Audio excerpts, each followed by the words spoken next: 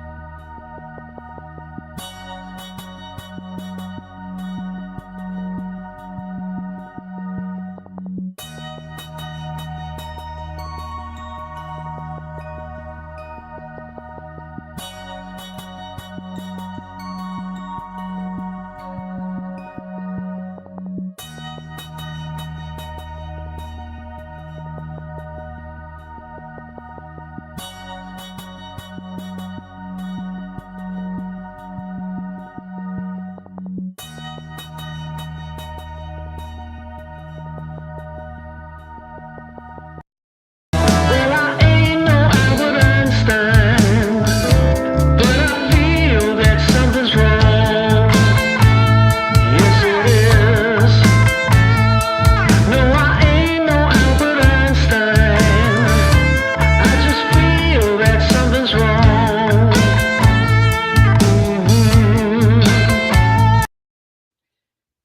Yes, I am.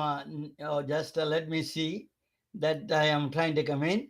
Yes, good morning, India, and good afternoon, someplace, and good evening in California, and then sleepy time in the East Coast, but not for me. So, so welcome you all. My name is Ramana Annamaraju. I'm the Medbix webcast host. No, I'm not Albert Einstein, but I'm pretty good. so, so, so anyway, the model is that the show is a very different kind of a different kind of healthcare media channel. I introduce different people from all walks of healthcare life to my show, physicians, or hospital executives, and then the entrepreneurs and technology guys, and then all of them I introduce them, and then for 15 minutes I talk with them, 15-20 minutes. Then I introduce a concept. Today's concept is I do a presentation. Today's presentation is the the immortal woman of John Hopkins. Wait until you see who is she. So probably some of you all may know, but it's very interesting background. I give a different twist to the story. I more of a clinical side. I do not that history side a whole lot.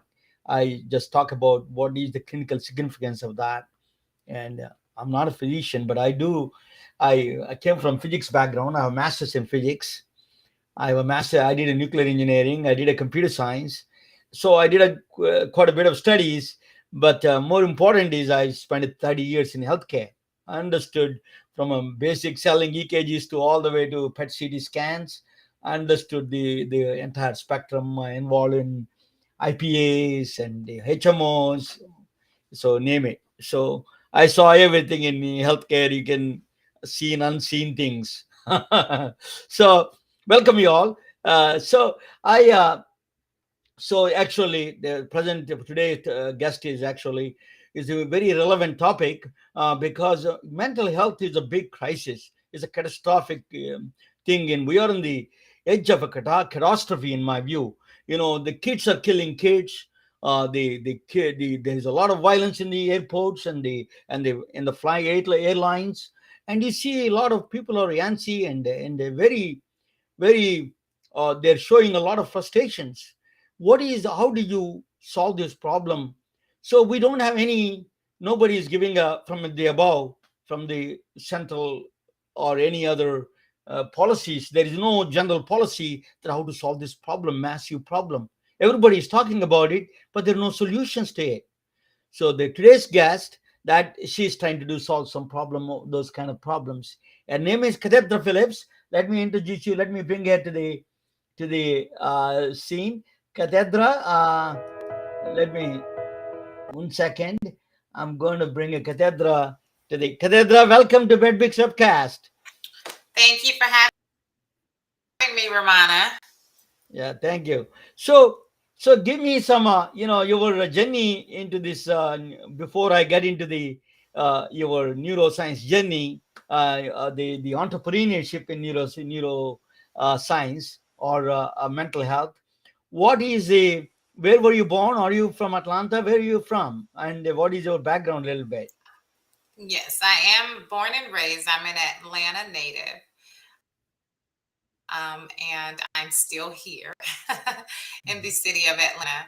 I grew up as one of three children. I was born to two deaf. So I have been rewarded the life to live of serving support to those who have been disadvantaged in some capacity beyond their own fault. So it's been a journey just providing service for, and it's actually a reward to me. So yeah, I enjoy Both, those efforts and you know, assisting. yeah. Let me. I will come next to you. That I can see. No, that is. 1 second. Yeah. So I don't know why it is coming there. Yeah. Just let me. Okay. Good. So Katadra. So you grew up with the deaf parents. Both of them are. How do you communicate with them? And do you learn the language, silent language, or the deaf language that they speak with the brailles and all those things? You know how to do that? Yes. Not braille. Sorry. Is a blind, but sorry. Yeah. Okay. Tell me the No. challenges you Yes. face So I. communicating with your parents. Yes. Yes, I communicate with my parents using American Sign. As I mentioned, I was the youngest of three kids, so I think by the time it got to me, it was a little bit easier to educate me on the ability to communicate effectively with my parents. Very good. So, that gives you a lot of patience and a lot of understanding and a lot of patience. Particularly, that's very important. I wanted to ask you a question: is that you grew up in Atlanta? You're a part of Atlanta city. So, how did you end up in your this venture? What were you doing before? You were doing a youth development, something like that, right? Can you explain what were you doing the youth development side? Absolutely. So I began back in 2004. So early on discovered some of the challenges self-defeating behavior in people. And so that led me to begin for youth.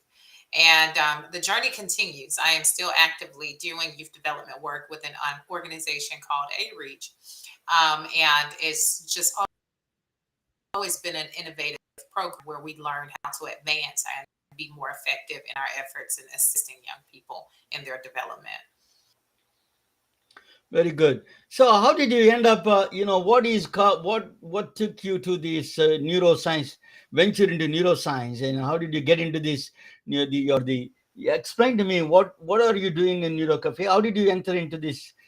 You're a sponsor for the today's show. That's called a neurocafe.com, theneurocafe.com. How did you get into that business, and what inspired you to be in that business?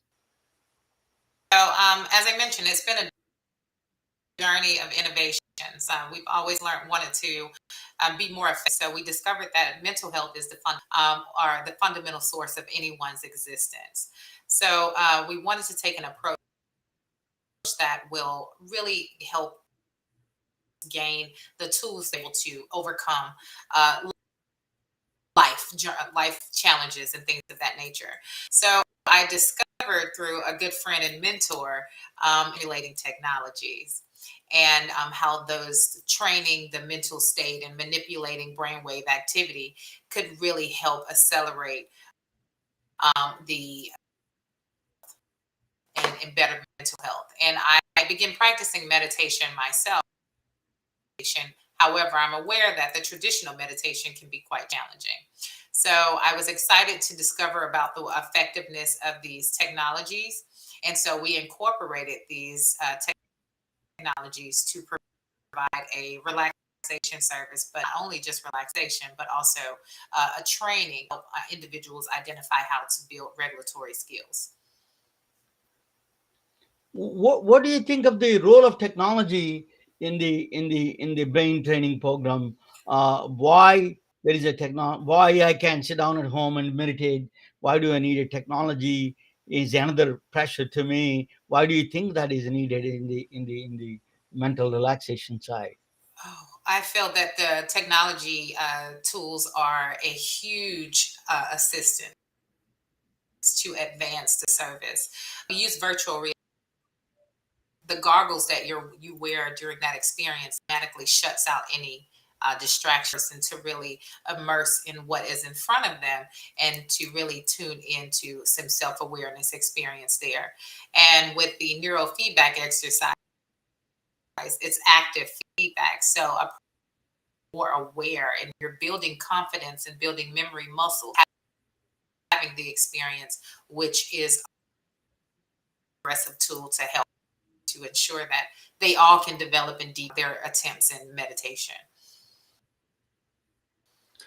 Cathedra, there are two worlds. One world is that is people who are in the economically struggling and all those. One world there. Other world is Ivy Towers and Buckhead kind of people that you're in a rich neighborhoods and all those things. These two worlds. You were juggling between these two worlds. What is, first of all? Let me talk with you about the what are the challenges in the disadvantaged youth particularly face. They think that we can isolate our results from the society, rest of the society. We cannot. We've seen that with the pandemic. We can see that with the is going to be very well get experienced with the mental health if we don't take care of it. So what do you think of the mental health challenges in the disadvantaged youth and particularly economically backward areas, economically There challenged are areas? quite a number of disadvantages there. We have the technology despair where these technology tools are not granted income or disadvantaged youth, as well as just a stigma that's associated with mental health as a whole that makes it less captivating for individuals to get involved as accessibility. Because we know things that we're challenged with is being able to provide equal amount of tools and practice in those communities, low income and in the communities, as you mentioned, like Buckhead, where they're well funded. So are you getting some kind of a support system for the particularly dealing with the disadvantaged youth? What because what if we don't take care of them? What are the results could happen? What are the negative things could happen if we don't address that problem, mental health problem in the disadvantaged youth, particularly economically challenged areas, and also people with the juvenile records and all those things? What are the things if we don't address that problem? What could happen? You think? We know that youth are our future, and as we continue to neglect things, the problem grows, right? So as we see certain things during the pandemic. At one point, mental health was a crisis for some. Since the pandemic, it became a crisis for all. Every challenges, and it's particularly in the Buckhead community, we started to see some of those disadvantaged into the communities where they felt that they could benefit, but they were creating problematic situation. So if we don't address grow and become a problem for everyone. So we have to go ahead. We have to take charge and be able to provide solutions to the issues, or it will continue to. To Before I get into the corporate side, are you getting any help from the sponsors like big companies, Fortune 500 companies, that they're trying to understand your situation, they're trying to help you, or you're trying to reach them still? Is a process you're going through? Always a process. We are always working to grow the impact, working to bring on new partners that can help us grow and continue to sustain programs. those disadvantaged youth. But we do have support. We have corporate companies such as Walmart, Target, Office Depot, Georgia. Excuse me. We do have some involvement, but we're always seeking more to grow the huge. This is a huge challenge, a huge to tackle. I wanted to. So the second part is how, that the corporate side of it. So why the corporations, they now that was a mental health, as you say, that is used to be just limited to the some kind of sections of society, but it is now pervading all over the across all the boards and across all the economic backgrounds. So how do you address, how do you wanted to you created a neuro cafe? Tell me about the starting point of the neuro cafe, and how did you get into this, the idea of Neuro Cafe, and then what do you think, what is going to address in the, particularly you're in the neighborhood, very corporate neighborhood in Buckhead, what is going to address in that what are the things that the Neuro Cafe has, or what kind of things, what do you, what once a person comes there, what they experience there, and then give me a little bit Okay. of setup, and the what are the things there, and what do you do there. Okay.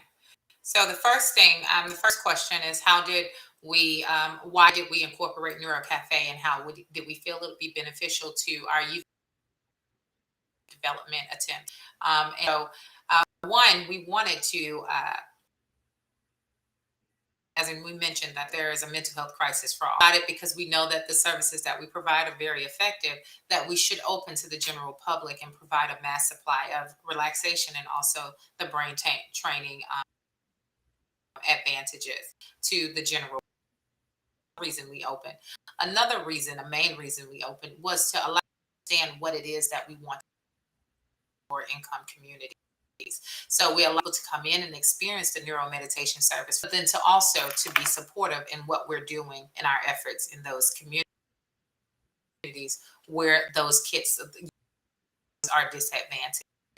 So the experience when you come, it's a multi-dimensional wellness experience. So essential oils, where you do a process of light guided meditation prior, and if filled with stimulating features that allows the body and the mind to relating, dim lights, lots of confirmations and positive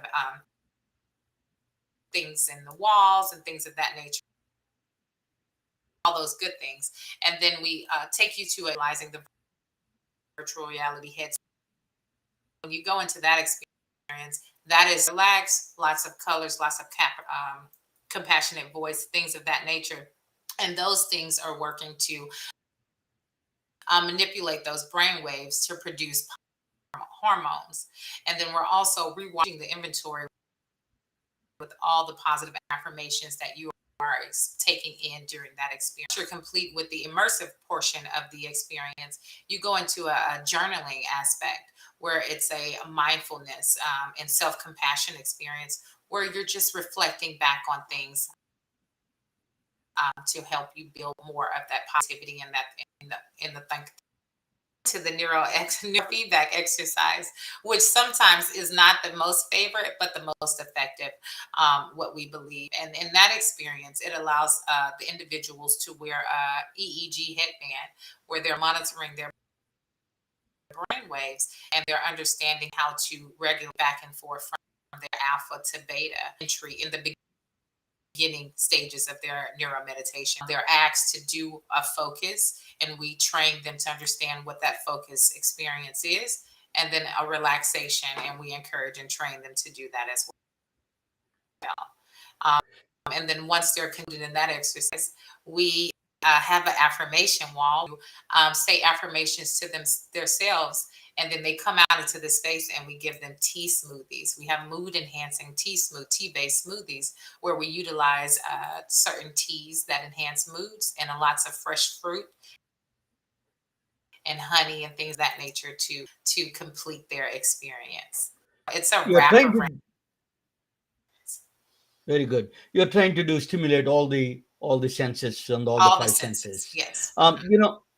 Correct. Very good. So let me let me. This is you're based in Atlanta. I'm going to play a short video of the air reach, and then after that, I I'm going to do a presentation about the John Hopkins woman of the immortal woman of John Hopkins. After that, I come back and ask you what are the programs, actual programs you have, how they can come down and visit your place and your website and all those things. I ask you. So let me Perfect. play the video a little bit, and then I will go from there. And this is I'm going to Okay. play a short video, ladies and gentlemen.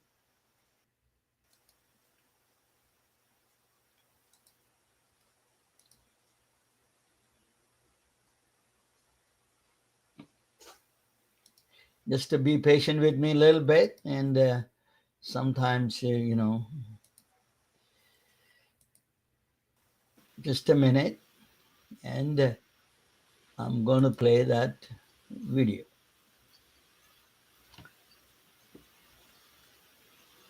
I hope that I'm going to.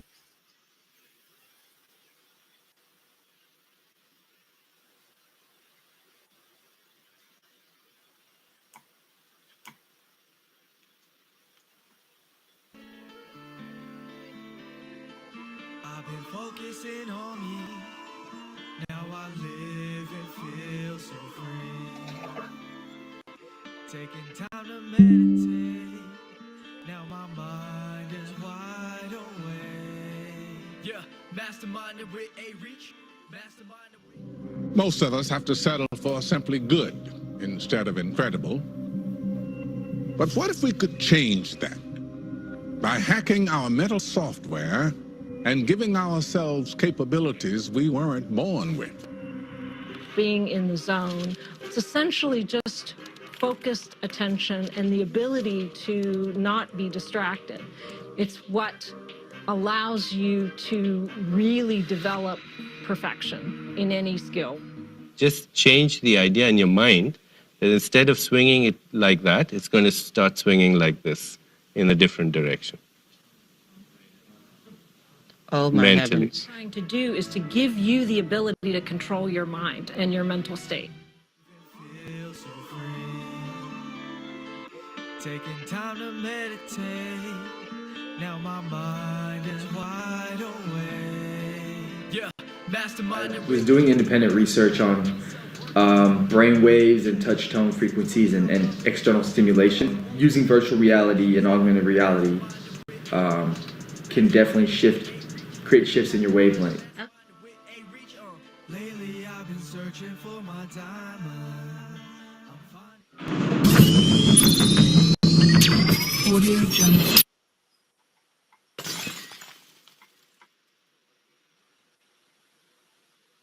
Let's see what you got. The experience you're about to have is designed to take you away. You'll be feeling better in no time.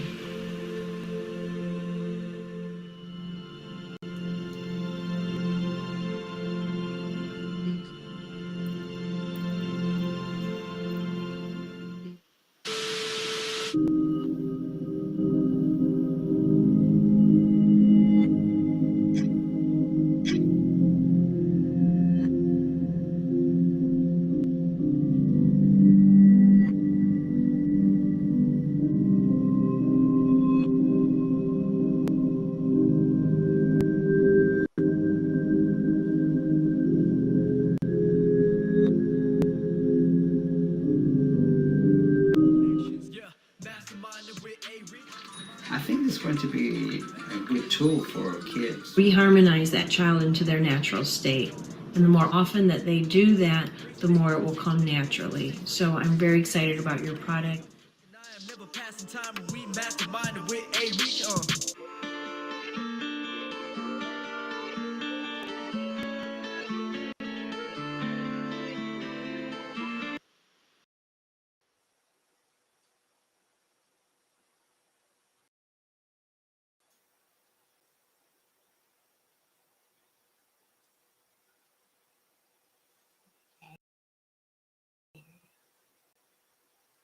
I can't hear you, Mana.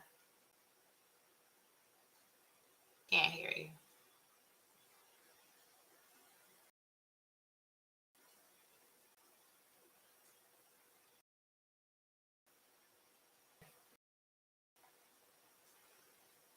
Thank you. Ramona, we can't This hear is you. yeah, yeah. Now I got it. Okay. Yeah, this is the Okay. immortal woman of John Hopkins. Sorry about that. This is a big problem back and forth of the mic, moving mic. Still we have a technology. We have to go a long way. When the Silicon Valley says we are all going to take over the world, we have a struggle with the videos. So we have to go a long way. So anyway, this is immortal woman of John Hopkins. I'm going to talk about it. That's a mysterious woman. That's not a mysterious at all for a lot of people. It is a Henrietta Lacks. Her name is Henrietta Lacks. She's a very popular with Gila lines. They call. I will explain to you what those Gila lines are. Yeah, the story of Henrietta Lacks. This is a story of Henrietta Lacks. She was in 1920. She was born in Virginia, and then she moved to Baltimore. She married to a steel worker in Baltimore, and she moved to Baltimore, city of Baltimore. And then she was at the age of 30. She felt uncontrollable bleeding. Vaginal bleeding came out. The vaginal bleeding, she experienced it. She went to at that time. She went to There's the only place you can go to is the John Hopkins. John Hopkins is the only place that in 1920, in 1950s, there's the only place that the African Americans can go and see the doctors there. In the hospital wise, otherwise they have to go to some other places that allocated for that kind of things. So she went to John Hopkins. Fortunately, very good. So there is a brilliant physician there. A lot of people don't know about him. His name is Dr. Howard Jones. He's a very well celebrated physician. In fact, he was instrumental in starting the first birth through the in vitro fertilization. In vitro fertilization, he test tube babies. Elizabeth Carr is the one first that woman is 40 years old woman now. She was born through a test tube baby. So that was he bought these techniques to United States from Europe, and then he was the first one instrumental in he didn't do the actual test tube baby, but he was instrumental in advancing that field. He was one of the top notch OBGYN doctors in that area in the country actually. It's also, think about the 1950s with all these religious fervors there. He started a first sex change operation clinic in John Hopkins. It was gender identity clinic, it's called. He started in John Hopkins first sex change operation clinic. He started it. So his wife is actually, he's a OBGYN doctor. His wife is an endocrinologist, in fact. So both of them are physicians. So he's a very well celebrated physician. He's a very well known. He wrote several books. He lived. Let me tell you how long he lived. He lived 104 years. So record break. He was recently 2015. He died. Think about that. He was he lived a long, long, long time. Um, so cervical cancer was he did a landmark study on cervical cancer. The cervical cancer is basically human papilloma virus. Is a basically it is on the in the cervix that you see. That what happens is that the HPV virus trying to it gets into certain times, and then certain ways it gets into, if there is a crack or if there's a sexual intercourse, if there is a lesion there, it gets into the basal cells, which is a very endothelial endothelial endothelial cells, is the bottom cells of of the skin. So usually most of the cancer cells contain within that, abnormal cells contain within that system, within the under the skin. But sometimes certain particular HPV virus, that particular cells, that they go and pop to the top. So endothelial and epithelial cells become infected, and then it becomes a cancerous, and it becomes a fast cancerous. Very quickly, it becomes a serious cancer problem. So he did a landmark study on it in 1950s. During that time, very fortunate, and in a way it's fortunate, but that he could not able to so she went to see him. Henrietta Lacks went to see Dr. Howard Jones. So the HPV virus gets into that, and what is the causes of cancer, basically in basal cells. And it's above my pay grade to explain all those clinical side, but I'm doing my best here. So, but the cervical cancer is already, Dr. Howard Jones did excellent landmark studies in this area, and the cervical cancer area, particularly through the venereal diseases and other sexually transmitted diseases. Other areas those also could happen in so many ways. It could happen. This cervical cancer is a big problem at the time, even now. But usually, so what they did was, so she was diagnosed with cervical cancer. Unfortunately, Henrietta Lacks was diagnosed with cervical cancer. So she was put under the radium therapy. While she's going under the radium therapy, they collected, the John Hopkins collected the cells from the cervical side of the cells. They're collecting tissue culture. They're collecting the tissue culture. So in John Hopkins, she went to a lab. This is a lab. It's a tissue culture lab. It is a owned by Dr. George Otto Gay. His name is one of the top notch guy in the tissue. He's a scientist. He's not a doctor. He's one of the top guys in the tissue culture at the time. John Hopkins is a premier institution in this area, particularly OBGYN area. They were in the top of the world. Um, so so what he did was, he actually he was a very particular about these cell cultures and all those things. He was developing quite a bit. He invented actually roller drum. That's where you develop the cultures. You develop these cells. That you grow in the petri dishes there in the tissue roller drums. He invented the roller drum. And also, very funny way, he was instrumental in time lapse cinematography. He was instrumental in helping that, because the cells, how they grow and everything is. I think that is the reason he was instrumental in John Hopkins. He started it. Time lapse cinematography was started in John Hopkins area.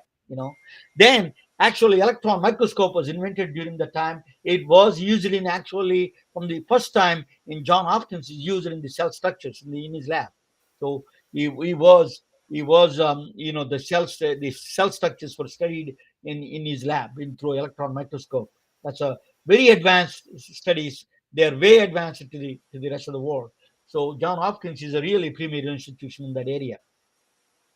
But what happened is, they took the HeLa cells, the cells from the Henrietta Lacks. They took the cells, and they took a picture. That is a picture of the cells of the HeLa cells, or Henrietta Lacks cells. At the time, it's not a HeLa cells, but Henrietta Lacks cells of the cervix area, that they took it biopsy and then got that cells picture, the first photo of that one, the cells. So what happened is, after that, so human cells usually die within 10 mutations, within days. It is a very short life. Humans outside of the body, it won't live long. But very strange and surprisingly, the Henrietta Lacks cells are keep on doubling every 24 hours. That has turned the entire place. That is a very big revelation in this area. People, it is a very surprising result. Why it is doubling every 24 hours? Is doubling as cells. They couldn't understand. Not only is doubling everywhere, it is everywhere you sell other cells it touches, it becomes a Henrietta Lacks cells. They could not understand why it is not only HeLa cells are cancerous cells, as you know, that the Henrietta Lacks cells are cancerous cells. They're infecting other cells, or they're encroaching the other cells also. Is contamination is a big problem. They couldn't understand why it is so pervading in everywhere this HeLa cells are. So so they wanted to use the HeLa cells. They call HeLa means here the Henrietta is the first name of air, and the last name LA is the HeLa cells. That's why they call it HeLa cells.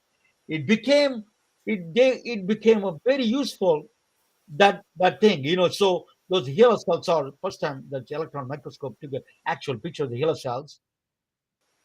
So these are really why they, so you don't have to use the actual humans. You can test on HeLa cells. So she came to rescue. She immediately died. She didn't live that long enough, but she died. But her cells lived on.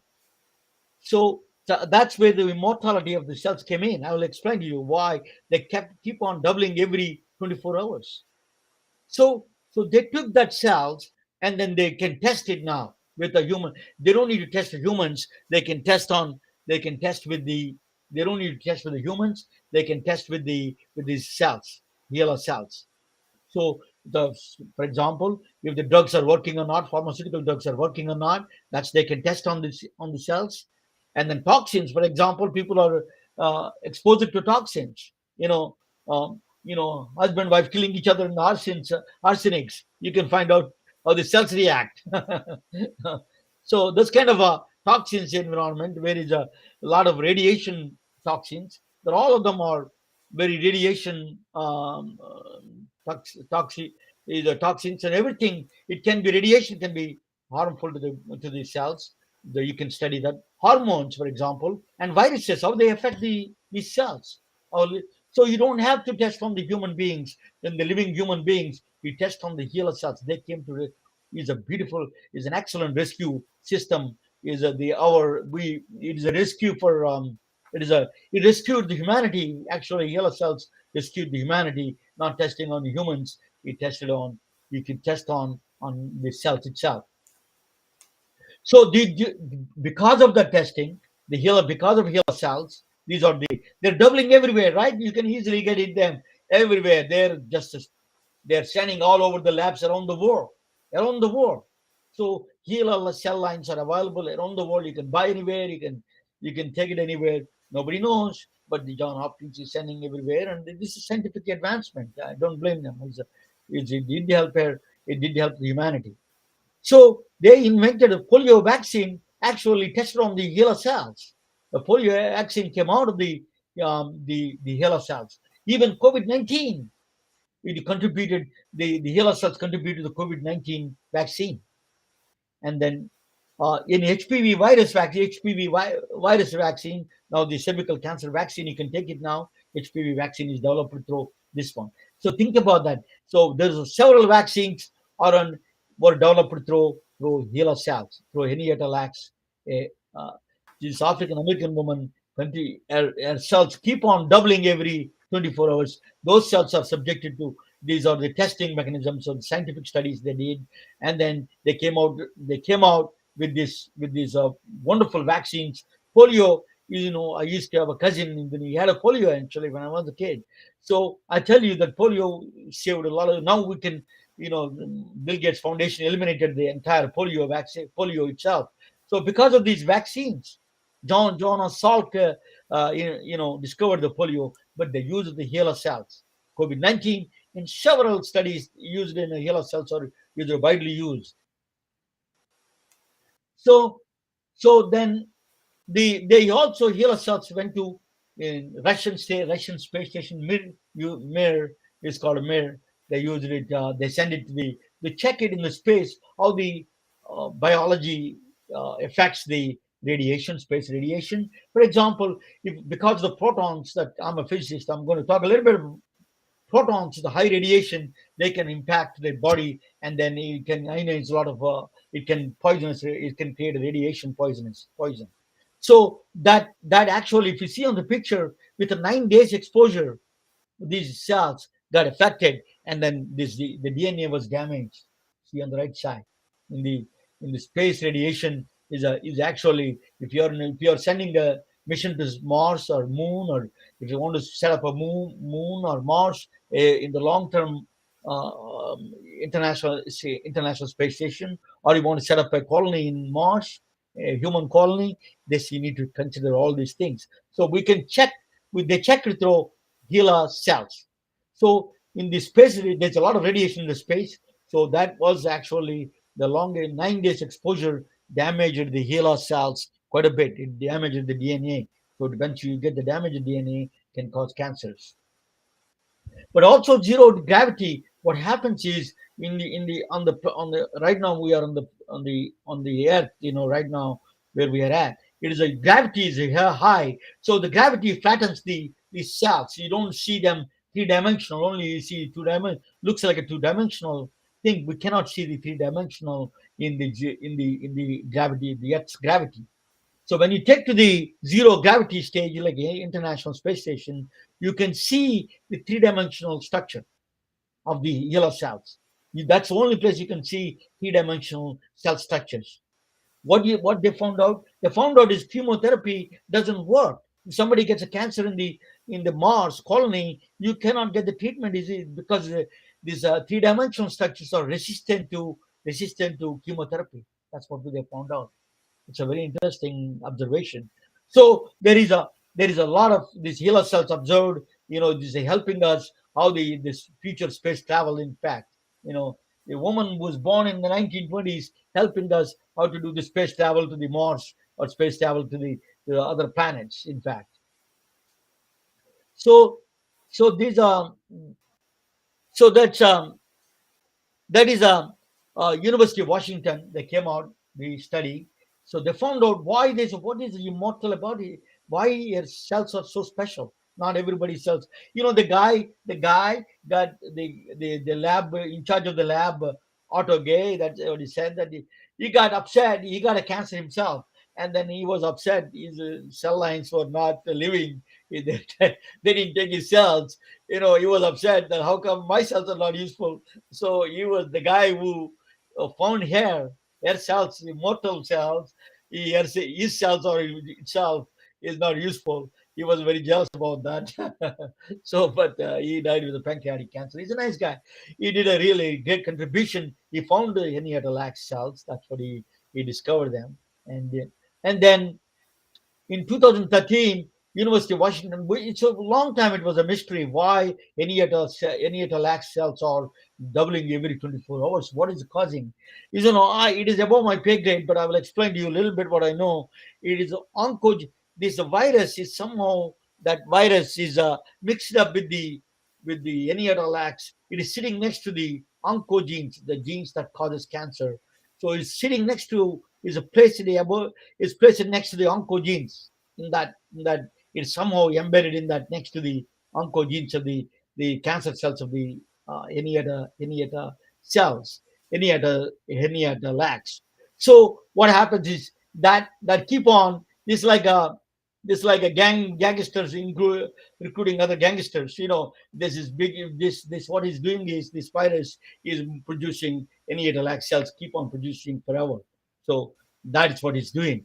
If you put in the 24 hours, that is a study done. I'm not 100% expert in this area, but what I'm saying is that there is a virus, the virus that affected the HPV virus that affected the neonatal was sitting there, that genetic material sitting next to the oncogenes, the genes that affect that becomes eventually uh, potent cancerous cells.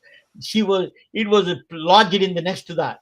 That is where that combination caused the continuous supply of. It was a long mystery, in fact. So that was discovered in the University of Washington. They found out what is it. Now we have plenty of immortal cells there, but their cells are all over all over the world. There was the teacher Rebecca Skloot, her name is. She was a high school student when she heard about Henrietta Lacks, and then she was fascinated by her story, and then she found out she wanted to write a book. So she in the book it says that very funny story. In the book it says that one actually the way it came out and everybody come to know about Henrietta Lacks was that um, that there was a postdoc, a Chinese postdoc from John Hopkins, was calling the Henrietta Lacks family to find out getting some genetic information from them. What happened was that she can't speak English, and then any other lax family, I don't know where they're from South Carolina, probably they're speaking Geechee language, maybe. They didn't understand. There is a lot of lost communication there in between them. So they couldn't understand each other, and it came out a story. Then eventually they come to know, then they found out somebody through educated person get involved with that one and say that, oh, John Hopkins is using these cells for a long time all over the world. They come to know in 1970.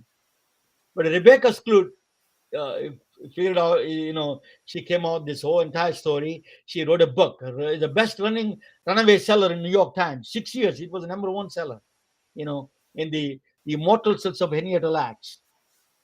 So this was Rebecca Skloot. Eventually, it was they did a movie on HBO. a series on the HBO movie. The Oprah Winfrey acted there, not as a Henrietta Lacks, but as her daughter actually.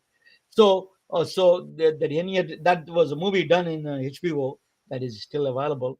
But that is immortal life of the Henrietta Lacks and how this the Gila Lines immortal woman started it. So Rebecca Skloot. So in this book, there is a lot of medical ethics were questioned about it because a lot of African American community was very skeptical. They were surprised that their cells are all over the world. They don't even their family doesn't know.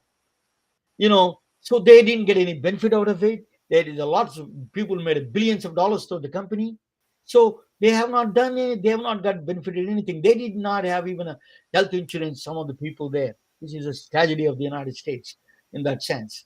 So that eventually it took a big center storm about it because they already got this Tuskegee syphilis experiment was a big notorious thing that is already there. So that's why black community really took very hard on this one. They brought to the center stage this problem. Um, so John Hopkins eventually apologized. This is they created a new buildings. They created a new. I'm going to play that the building that they created new. They're building a new. I think it's already opened up. Henrietta Lacks multidisciplinary building, and uh, and also they heal lines for all over the world right now. You'll be surprised how many things are done with that one. Let me tell you, she's a remarkable woman. Henrietta Lacks. 100,000 PubMed scientific papers are published through Henrietta Lacks cells, HeLa cells. There's a lot of pharmaceutical companies made billions of dollars. They did that. I tell you, I met DuPont family, you know, down the family. So DuPont made in Delaware. There's a DuPont family is very highly um, well. The founders of the DuPont family is from Delaware. They founded DuPont Pharmaceuticals, DuPont Chemicals, and everything there. I met the next generation um, DuPont families. They're a bunch of idiots. They got millions of dollars. They do nothing. They did a. They got caught most of the time. Most of the time they squandered the money on drugs and everything. Because DuPont family did. The any other family got nothing. After that, they went to the lawsuits. Now they got something. Now I think everybody worked out, and there is everybody. There's still lawsuits are going on. So I cannot do any promotion material here. But I want to tell you, so there is a vaccines are being developed right now, new vaccines, because a new COVID is a new strain is coming up, like Dr. Eric Topol is talking about it. And then cancer is is one of the nagging diseases that we have, humanity is facing through. Space travel is another one. So we need the HeLa cells. They're continuously using, still they are very widely used it. So I think there are other cells, the HeLa cells, other transformations are done. But she is a remarkable unsung hero of medicine. Henrietta Lacks is unsung hero of medicine. African American woman died with a no name, but I think she inscribed her name in the golden letters in the in the history of medicine. So I'm going to play what John Hopkins is doing. I'm going to give a credit to John Hopkins. They rectified this problem and they came back. I'm going to play a short video of this thing. Okay, so John Hopkins video about her story a little bit quick. At the center of the Henrietta Lacks story are people asking questions. For people trying to understand the biology of human cells, it's there. For bioethicists, for patients. This is why Johns Hopkins is committed to outreach and education for all the community. It's a labor of love. We all feel like we're connected.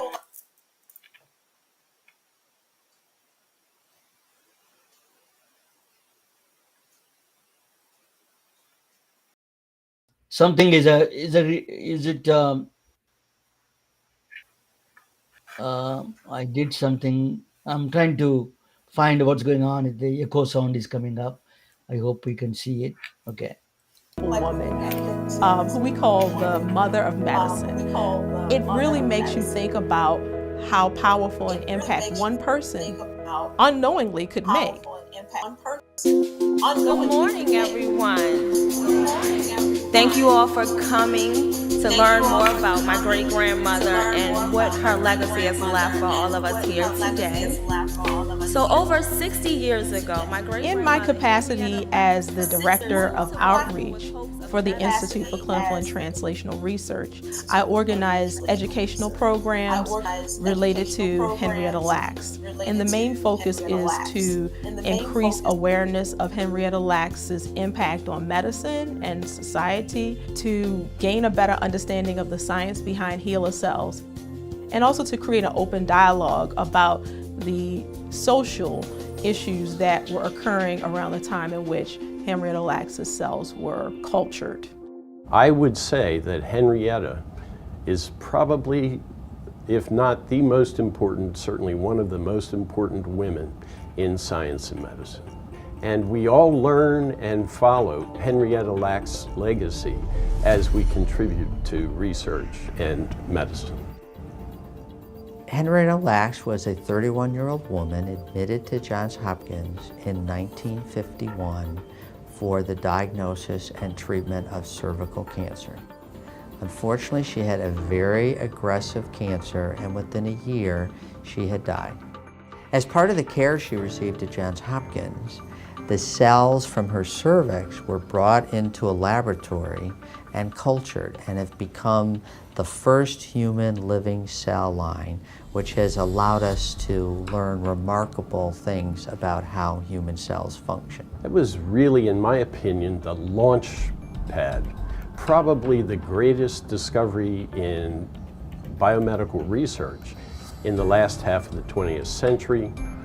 It has led to numerous discoveries and development of technologies. It provided the ability for us to understand how cells grow, how cells divide, whether cells can survive in extreme climates, going into outer space, how radiation damages cells, how we can produce lots of material to make things like vaccines, which is all part of what the HeLa cell has done for science and for the public. Just the fact that, 65 years later, a sample of our grandmother's cells still exists out in the world today is almost superhuman. Our responsibility is to honor the legacy of Henrietta, to thank her family, and thank her posthumously each year, which is what we do. We have a Henrietta Lacks Memorial Lecture. I think last year we had 1,000 people attend. Each year we organize the Henrietta Lacks High School Symposium. We've partnered with the Henrietta Lacks Legacy Group, the Turner Station Conservation Teams, and other groups to form a book club that builds a bridge for people who live in this community and Hopkins researchers to get together and really talk about issues. We also have the Microscope Day, in which we open up the laboratory of one of our colleagues, Jim Potter. They learn about the significance of her cells. The Johns Hopkins Urban Health Institute offers a $15,000 partnership grant to community-based organizations that partner with Johns Hopkins researchers to address health challenges that are impacting people who live in Baltimore. We also partner with Dunbar High School to offer the Henrietta Lacks Scholarship for individuals who are interested in pursuing careers in medicine. And that is really, to us, one of the ultimate ways of honoring Henrietta Lacks, is to increase the prevalence of individuals working in medicine who understand the unique challenges of the community. This scholarship is way more than just academics, is me being a part of a legacy. It shows you that Henrietta Lacks her cells did more than help cure diseases. Her sacrifice, it has given teenagers like me an opportunity to excel in their future. The students are the next generation. They're the next generation of doctors, researchers, scientists. So to get them exposed to the story of Henrietta Lacks and see the mistakes that were made and how we are moving forward, possibilities are endless. What was most interesting to me was what the providers were saying. Collaboration between the community and academics is what medicine is supposed to be. We're not supposed to be an ivory tower.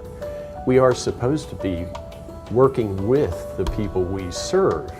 And by reaching out to the community, we better understand them, their needs, and they understand what it takes for us. At some point in some time in life, everybody's gonna get sick. Everybody's gonna suffer from some type of disease, some type of cancer, some type of dementia, any type of thing. So we need research to, find cures, find medication, and find some kind of prevention. So I think it's very important to research, and I think, we need to do our part to get involved. So again, I want to say thank you for helping us honor my great-grandmother Henrietta Lacks and what Henrietta passed away, but yet she still lives on, and she's making a huge impact on society today.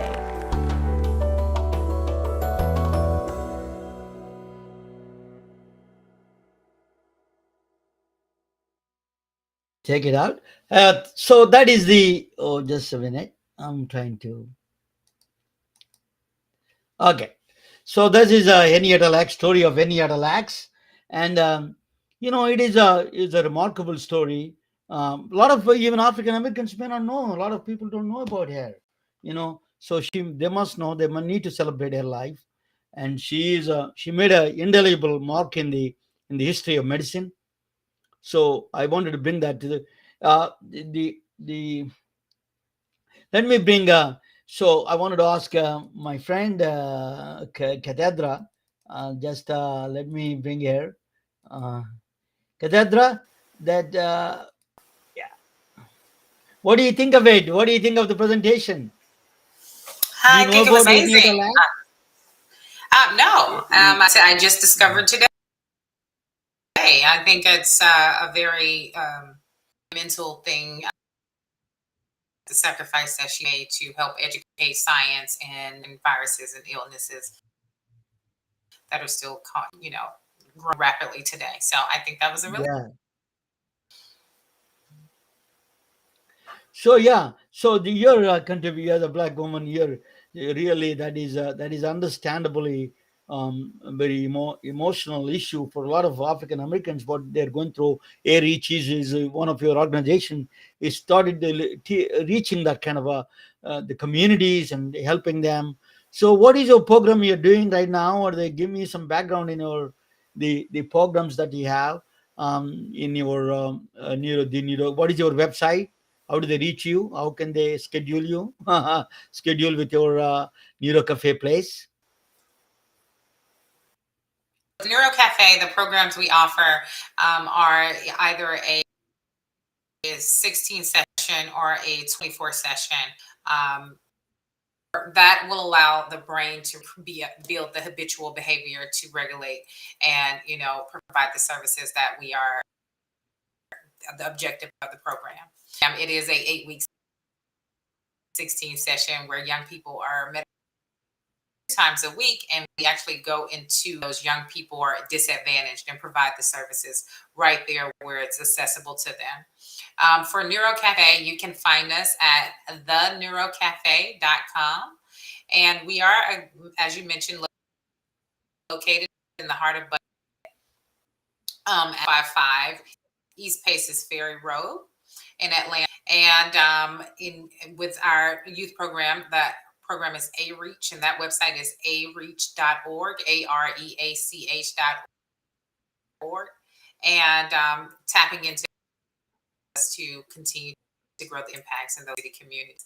So we hope to see you guys meditating with us, our purpose of peace to youth, so that they may meditate and reach a higher level of elevation mentally. Thank you, Catedra. You've been a friend for me a long time. Thank you so much. You know my family. You know my son. He's a neuroscientist. You work with him. Thank you so much. I'm truly honored to have you on this program. I really appreciate your presence here. Thank you so much. Thank you, Ramona, for having me Good night. always. Good night. Good night. Yeah. Good night. We are retelling their stories through our patented designs that can be worn on scrubs, t-shirts, printed on conference bags, and endless other promotional materials. Daily Wear for Medicine is the first ever of its kind to create curiosity in medicine through visual art. We at MedBricks are celebrating unsung heroes of the past who made enormous contributions to the field of medicine through our unique campaign called Daily Wear for Medicine. You can wear it, carry it, and give it.